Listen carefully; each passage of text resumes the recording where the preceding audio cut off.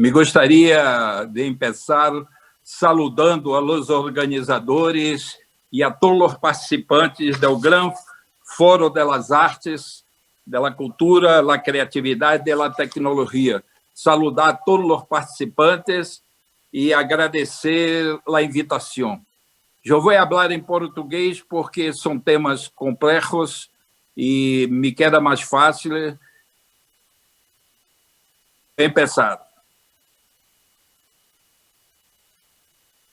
Em todo o mundo, nesses primeiros anos do século XXI, a economia da cultura vem se afirmando e se consolidando como um tema importante da agenda intelectual, econômica, política e nos debates sobre desenvolvimento. Na verdade, o tema não é novo. Nos Estados Unidos, a economia da cultura fez parte do debate em torno das alternativas para o enfrentamento da crise de 29. Há décadas que os ingleses e franceses já vêm formulando e executando políticas de Estado para desenvolver suas economias culturais. E japoneses e chineses também têm políticas públicas para o desenvolvimento cultural em suas múltiplas dimensões e para desenvolver suas economias culturais. Portanto, não se trata mais de afirmar a importância econômica da cultura, porque já se constituiu como uma das maiores e promissoras economias do mundo globalizado.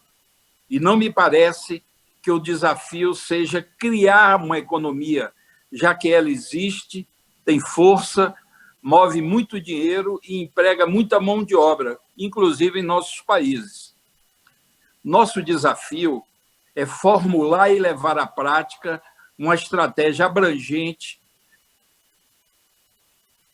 cultural em nossos países. As dificuldades não são pequenas. Falta clareza entre os dirigentes políticos acerca do potencial dessa economia. Os desenvolvimentos institucionais são desiguais da gestão cultural nos diversos países latino-americanos. As situações são distintas da capacidade produtiva, da capacidade de investimento, de consumo e de circulação nos diversos países. Marco legal defasado ou inexistente na maioria deles, contextos políticos díspares, etc. Mas é preciso urgentemente definir o que deve ser feito em conjunto para termos um mercado cultural comum na América Latina e, quiçá, ibero-americano, com a participação dos países africanos de língua portuguesa. É também necessário, para construirmos uma forte e pujante economia cultural, desenvolvermos os mecanismos de coprodução, legislações nacionais afins e marcos regulatórios que incremente a produção cultural dos nossos países com suas economias e possibilite um grande projeto, aliás, grandes projetos comuns na região, que venha fortalecer o mercado com níveis altos de integração e facilite a circulação de bens culturais. Em curto prazo, será necessário definir com precisão os passos para criar o ambiente favorável para a ampliação de cada cadeia produtiva e para a economia cultural em geral na América Latina e em cada um dos nossos países.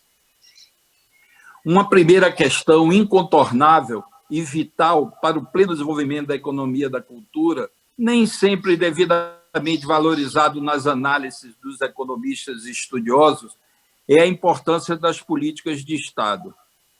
Estamos falando de políticas públicas voltadas para o desenvolvimento cultural e das artes, em todos os seus aspectos, para fomentar as economias culturais através de investimentos, aparatos e recursos institucionais e marcos regulatórios compatíveis aos desafios dessa economia. Estamos falando da necessidade de construir uma estratégia complexa e que requer ações de curto, médio e largo prazo. A complexidade das políticas necessárias para o desenvolvimento de uma poderosa economia cultural em nossos países e em todo o território latino-americano tem que ser precedida por uma definição clara do papel do Estado e dos outros atores, tais como artistas, criadores, fazedores de cultura, produtores, investidores, empreendedores, a academia, os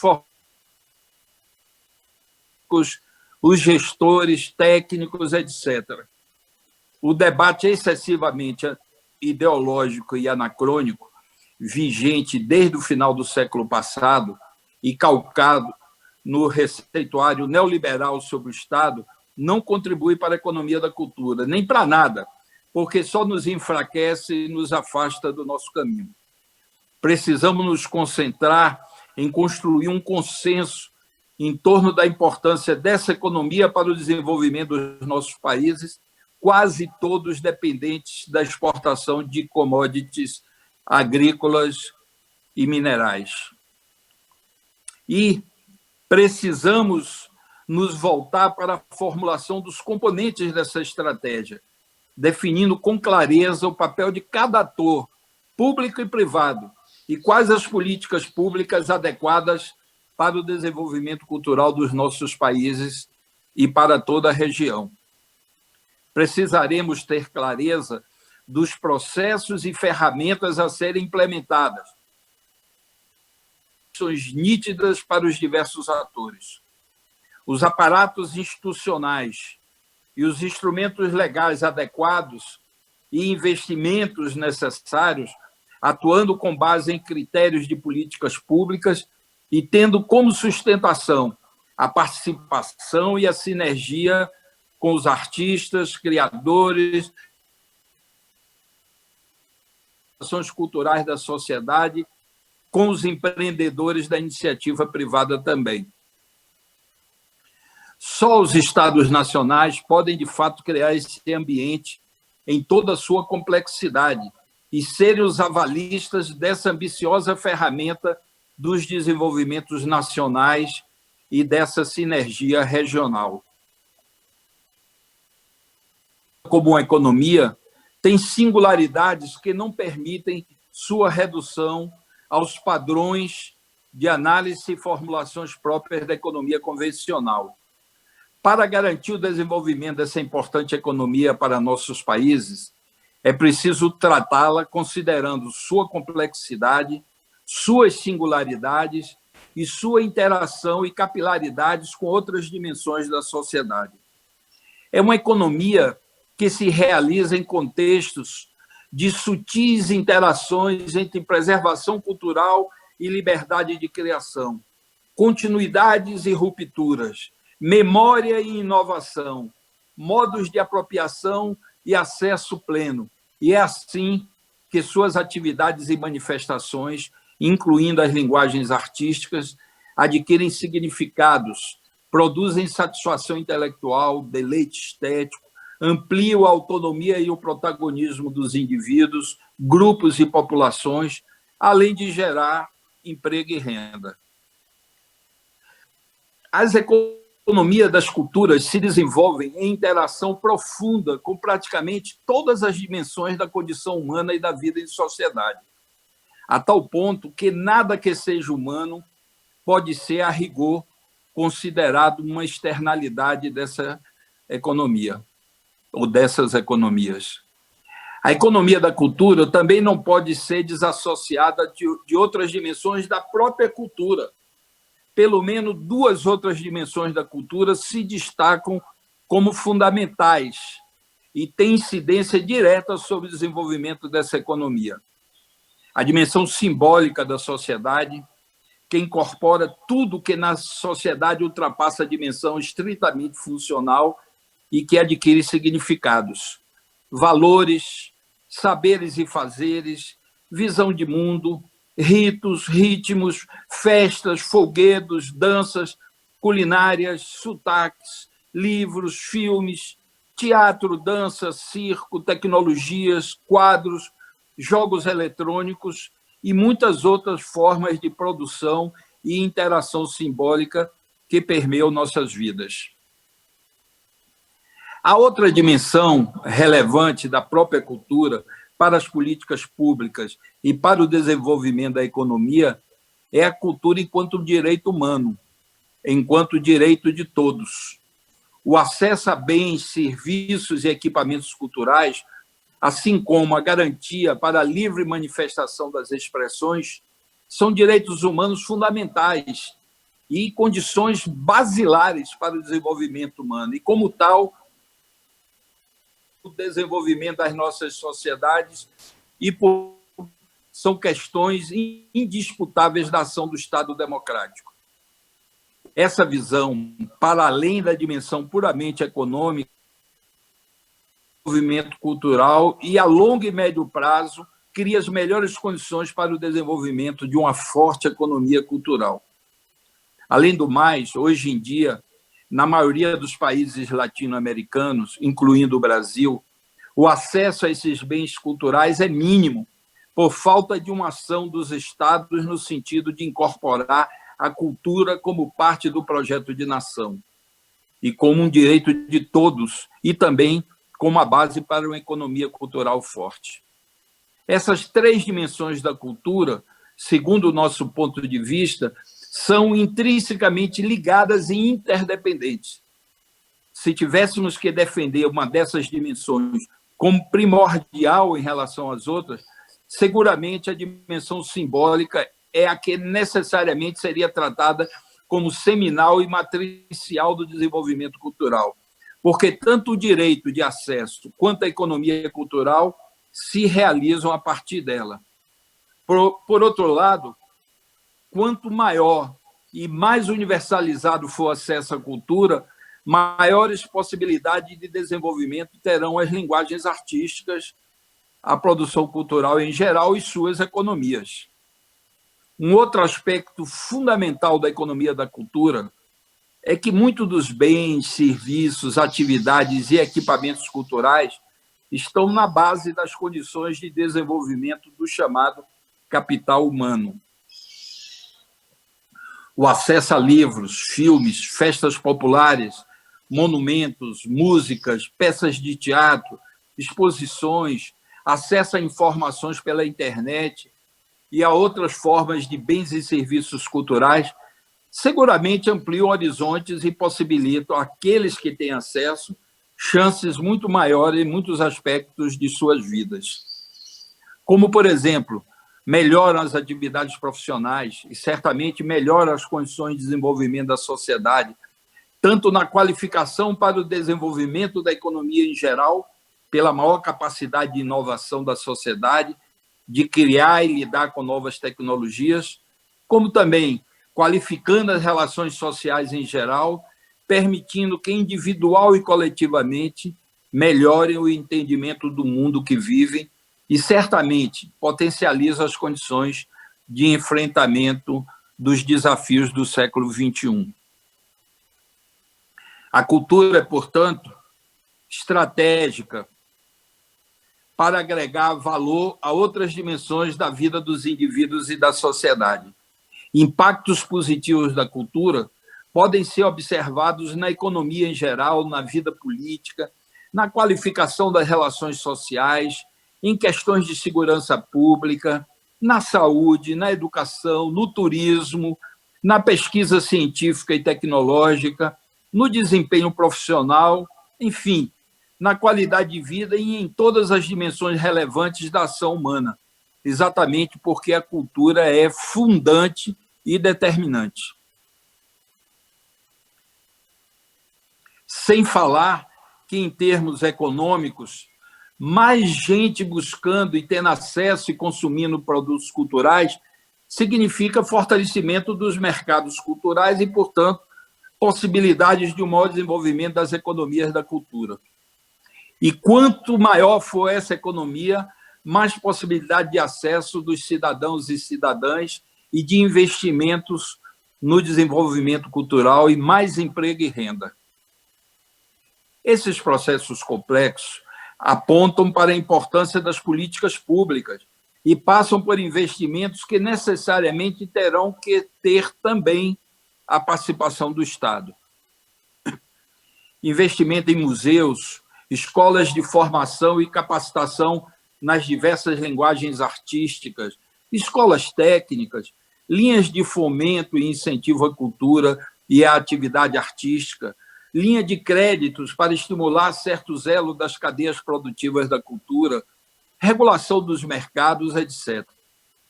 Essa observação traz como consequência lógica a nossa marcante preocupação em construir um entendimento não economicista da economia da cultura.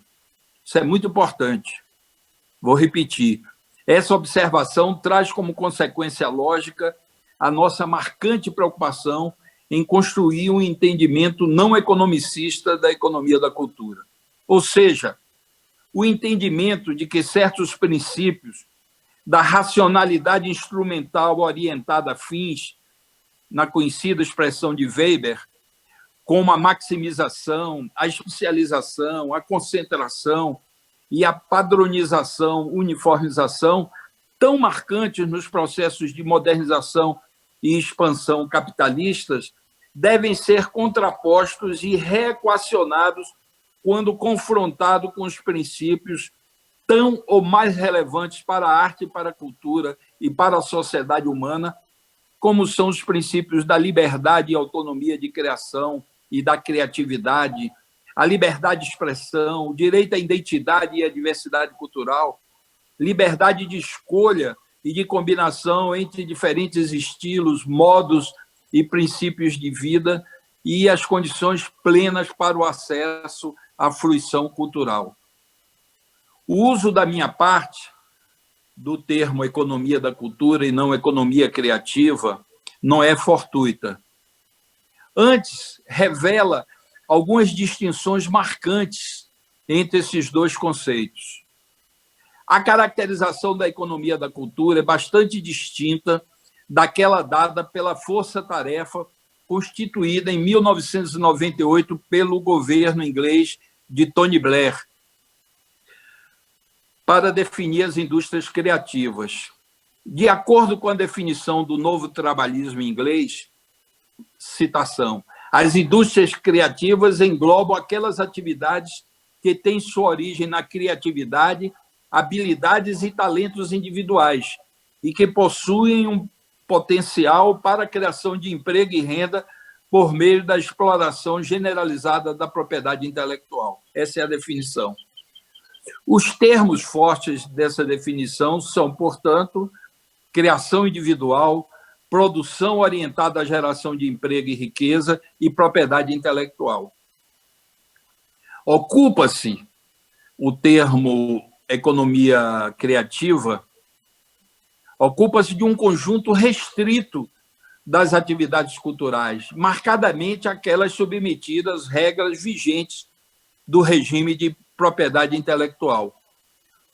O novo trabalhismo inglês, naquele momento, cedia, portanto, aos paradigmas do conservadorismo de Thatcher e deixava de reconhecer a dimensão econômica de manifestações culturais mais profundas e abrangentes, como o conjunto da produção simbólica não orientada a fins comerciais, as criações simbólicas coletivas, as grandes celebrações, por exemplo, Carnaval, São João, etc., as múltiplas formas de trocas simbólicas não subordinadas ao regime vigente da propriedade intelectual ou ainda o acesso aos meios de fruição cultural. O conceito de economia da cultura,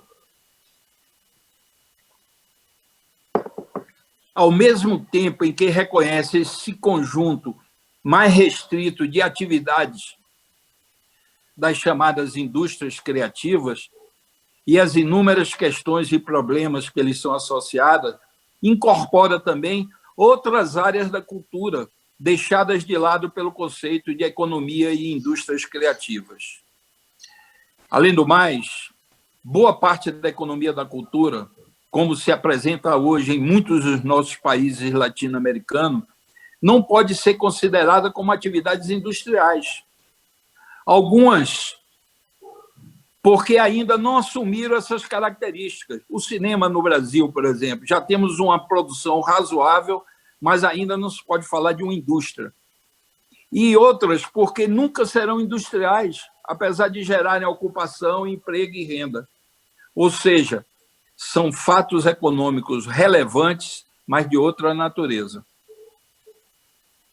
Parte essencial da nossa definição foi caracterizar a economia da cultura como complexa e essencialmente dinâmica. Vejamos alguns dados empíricos.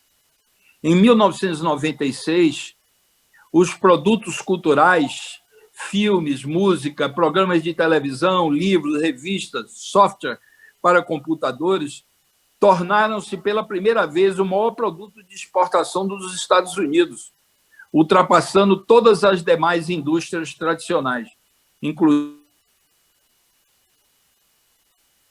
espacial e de defesa. De acordo com um relatório publicado em 1998 pela Aliança Internacional de Proteção da Propriedade Intelectual, entre os anos de 1977 e 96, as indústrias culturais nos Estados Unidos cresceram 3 vezes mais rapidamente do que a média da economia. A cultura é o segundo setor exportador da Inglaterra e responde, em média, por 5% do PIB dos países desenvolvidos. Suas atividades ocupam aproximadamente 4% da força de trabalho nos Estados Unidos, 5% na França e 17% na África do Sul. No Brasil, a cultura representa cerca de 6% do PIB brasileiro. Mais de 290 mil empresas formais no setor, cerca de 6,2% do total das empresas brasileiras, e respondem por uma massa salarial de 1,7 bilhões de reais por ano.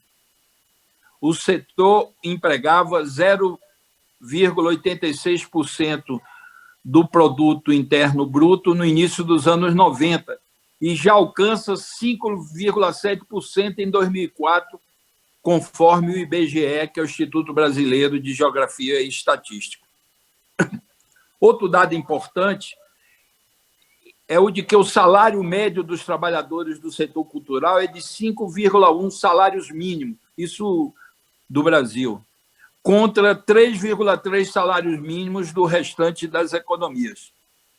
Predomina nas atividades culturais a participação dos ocupados com 11 anos ou mais de estudo, 46% dos trabalhadores do setor no período 2002 e 2004.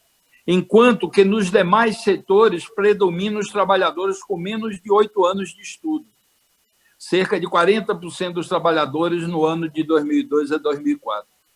Chama a atenção que a economia da cultura crescia e passava a ocupar mais trabalhadores e a remunerá-los melhor, exatamente nas duas chamadas décadas perdidas. Que fatores respondem por esse crescimento acima da média dos demais setores? Do nosso ponto de vista, um conjunto de fatores estruturais explicam esse bom desempenho.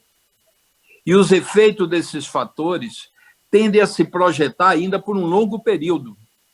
De um lado, a expansão da onda de democracia, que varreu o mundo ao longo das últimas décadas, maior liberdade, maior oferta e procura por conteúdos e serviços culturais.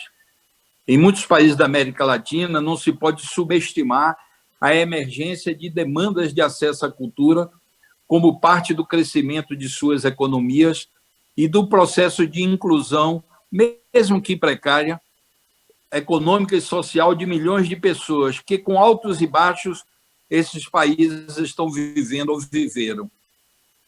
Um outro fator está associado ao desenvolvimento científico e tecnológico.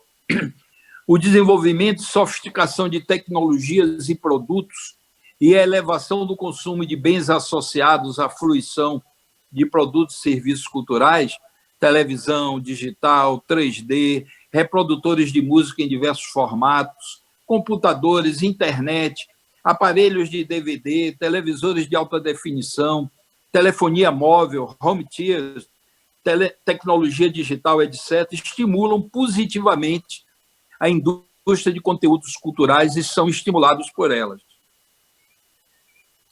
um aspecto importante do atual estágio de desenvolvimento do capitalismo, provavelmente ainda mais importante no fortalecimento das economias culturais que os outros fatores apontados acima, é que os bens, serviços, atividades e equipamentos culturais se encontram no epicentro da chamada economia das ideias, ou economia do conhecimento.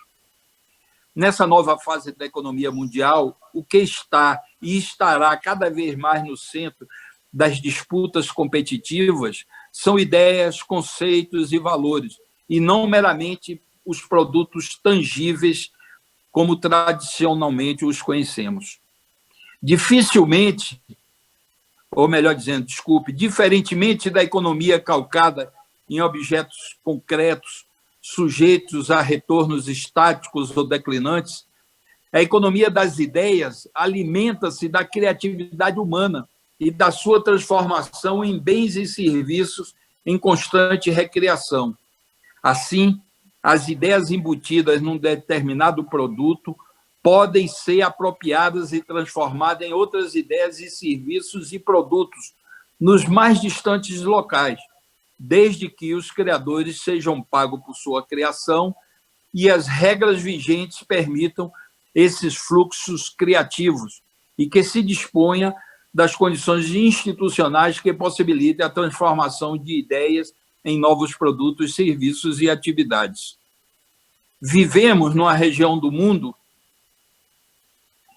com uma grande diversidade cultural, um expressivo patrimônio cultural e uma reconhecida capacidade criativa, dotado de setores bastante dinâmicos ou em franca ativação, como são os setores audiovisual, o cinema e, em especial, a televisão, a música, as festas, o artesanato, o setor editorial, as artes cênicas, o turismo cultural, as artes e manifestações tradicionais das culturas populares, a arquitetura, o design, as artes visuais, as culinárias e gastronomias, etc.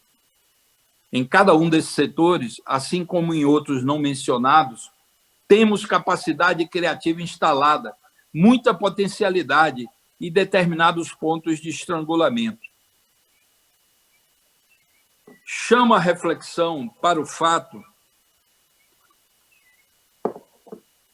de que cada um dos segmentos artísticos e culturais possui especificidade nos elos das suas cadeias criativas e produtivas. Assim, o incentivo à pesquisa e criação, o desenvolvimento das linguagens, a qualificação e formação profissional, a infraestrutura, matérias-primas e os meios de produção, o aprimoramento e modernização do processo de produção, a circulação, distribuição e comercialização, a infraestrutura de difusão e de acesso, o consumo e a fruição, o marketing e a divulgação, o financiamento, os estatutos regulatórios e os aparatos institucionais de cada um dos setores culturais apresentam especificidades, potencialidades e debilidades que devem ser compreendidos pela economia política e pela política pública de cultura. As cadeias produtivas, isso é muito importante, as cadeias produtivas específicas de cada linguagem e de cada setor da cultura precisam ser analisados separadamente. Certamente teremos que desenvolver estratégias e falarmos de economias culturais no geral, no plural. Não há uma uniformidade de condições dinâmicas e, muitas vezes, as cadeias produtivas são muito diferentes entre si e, portanto, precisa de um tratamento para cada uma dessas áreas. A política pública de cultura, em seu conjunto, é, pois, em nosso entendimento, uma dimensão crucial da economia da cultura e da economia criativa. Eu queria dar dois exemplos, um conhecido no mundo inteiro e o outro restrito, uma vivência pessoal que eu tive. O que todo mundo conhece é que, desde a década de 30 do século passado, o Caribe vem contribuindo para as modas musicais e estão no hit parade quase que constantemente. Dali, daquela região, de vários pequenos países, saíram ritmos e gêneros musicais os mais diferentes possíveis. Mambo, salsa, reggae e uma infinidade deles. Foram sucessos o tempo inteiro, um substituindo o outro na cabeça e no topo dos hit parade, mas a região ganhou pouco, muito pouco. Esse potencial musical do Caribe, reconhecido e adorado pelo mundo inteiro, não teve uma correspondência na geração da economia que beneficiasse esses países. Essa permanência durante tanto tempo foi explorado por empresas estrangeiras, norte-americanas e algumas europeias. E o grande benefício que tiveram foi tornarem-se conhecidos, fortalecerem a autoestima nacional, artistas que fizeram sucesso mundial, mas não houve um acompanhamento de todo esse processo que eu descrevi aqui, de construção de uma economia para acompanhar o desenvolvimento cultural desses países e dessa região. Acho que a gente pode tomar como exemplo para a América Latina como um todo e para cada um dos nossos países, porque se nós não nos estruturarmos e criarmos um processo comum de diálogo e construção de instrumentos para o desenvolvimento de uma forte economia cultural, nós continuaremos o tempo inteiro exercitando uma criatividade gigantesca reconhecida no mundo inteiro, explorando de uma forma predatória a criatividade e as raízes culturais dos nossos países, mas sem com isso gerar uma estrutura que beneficie não só a própria cultura e a arte dos nossos países e os artistas, criadores e fazedores de cultura, mas que gere uma economia poderosa, como é o potencial dessa economia cultural. Então, é importante pensar isso. Outro aspecto que eu queria chamar a atenção, através de um exemplo, é dessa relação da economia da cultura com outros aspectos da própria cultura e da arte. Quando eu era ministro de governo, eu estava no aeroporto de Brasília, esperando meu avião, e chegaram um grupo de umas 10, 15 mães de santo, sacerdotisas das religiões afro-brasileiras. Elas estavam em Brasília porque tinham ido para uma reunião importante de cultura popular e foram defender seus interesses, seus pontos de vista. E quando me viram, elas me conhecem, me conheciam, não só por ser ministro, eu sou baiano, venho de onde o candomblé é mais forte no Brasil, e elas chegaram até mim, fizeram uma festa, muita gente fotografando, porque elas estavam com aquelas roupas lindas, usadas nos rituais de candomblé, aquelas roupas brancas, engomadas. E uma delas me disse o seguinte: doutor Juca, diga à Bahia Tursa, que é o órgão de turismo da Bahia, para não ficar pressionando a gente para mudar a data das festas religiosas em homenagem aos orixás, a Yansan, por exemplo, para coincidir com a chegada de levas turísticas do Japão, da Europa.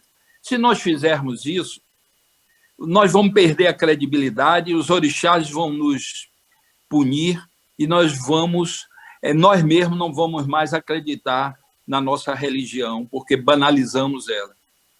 Eu me comprometi com elas de levar essa conversa para a Bahia. Eu estava indo em outra direção, no avião, sozinho. Eu fui refletindo o seguinte aspecto.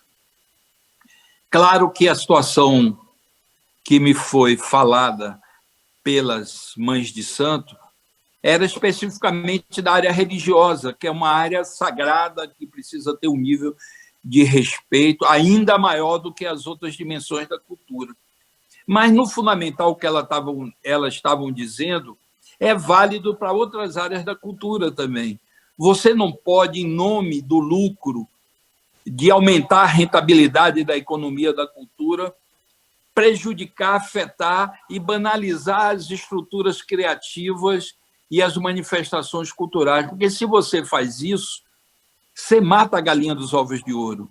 você banaliza e ela perde potência, perde significado, deixa de ter o potencial que normalmente o ato criativo tem e os seus produtos, seja em que nível de linguagem e manifestação for. Então, quando eu ressalto nessa exposição a importância de articular uma visão para além da visão puramente econômica e articular com outras muitas dimensões da vida humana, da vida coletiva, e particularmente no próprio plano da cultura, você articular 3 dimensões que são interligadas, que é a dimensão simbólica, a cultura como direito de todos e a economia da cultura, eu estou exatamente tentando criar uma visão mais profunda e mais duradoura, mais sustentável, para que o desenvolvimento de uma economia cultural, seja na área das artes ou em que plano for, não venha matar a galinha dos ovos de ouro, ou seja, esse processo criativo que é tão importante, tão amplo, tão profundo nos nossos países. Então, eu encerro aqui, vou participar do debate no dia da apresentação e queria, mais uma vez, agradecer o convite para essa discussão. Certamente, algumas pessoas vendo essa exposição vão dizer Juca Ferreira enlouqueceu no momento de queda econômica, no momento de aumento de um reacionarismo, de uma postura contra a liberdade de expressão e criação, ele está propondo uma série de processos que só têm viabilidade no ambiente democrático. Mas é que nós vamos superar esse momento difícil que nós estamos vivendo. Nós vamos retomar o processo de desenvolvimento econômico, social, político e cultural dos nossos países e consolidar uma visão profunda, não superficial, não exageradamente buscando resultados a curto prazo. É preciso que esse debate comece agora. E esse debate tem que estar presente em eventos como esse que nós estamos fazendo, tem que entrar nas universidades, envolver processos de estudos e reflexão dentro da academia, nos meios de comunicação de massa, entre os que produzem e fazem cultura e entre nossas elites políticas, que muitas vezes não têm a mínima compreensão da complexidade dessa área que nós poderíamos chamar de economia da cultura. Muito obrigado. Termino aqui.